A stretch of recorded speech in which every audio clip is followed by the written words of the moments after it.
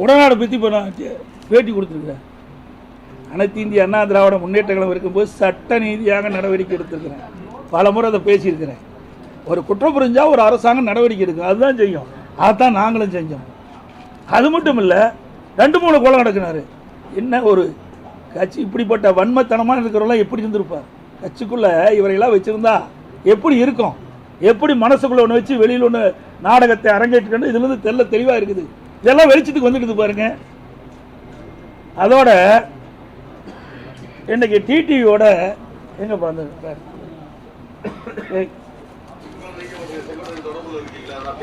தொடர்பு என்ன, அவர் வந்து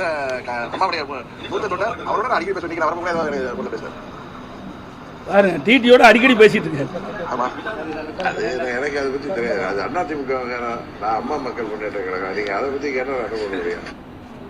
அம்மா அவர்கள் தொண்டர்கள் அனைவரையும் ஒன்றிணைக்கின்ற முயற்சியாக இன்றைக்கு அண்ணன் செங்கோட்டையன் அவர்களும் அண்ணன் ஓபிஎஸ் அவர்களும் எங்களோடு கரம் கோர்த்து தேர்தலில் நாங்கள் எங்கள் பணியை ஆற்ற இருக்கிறோம்.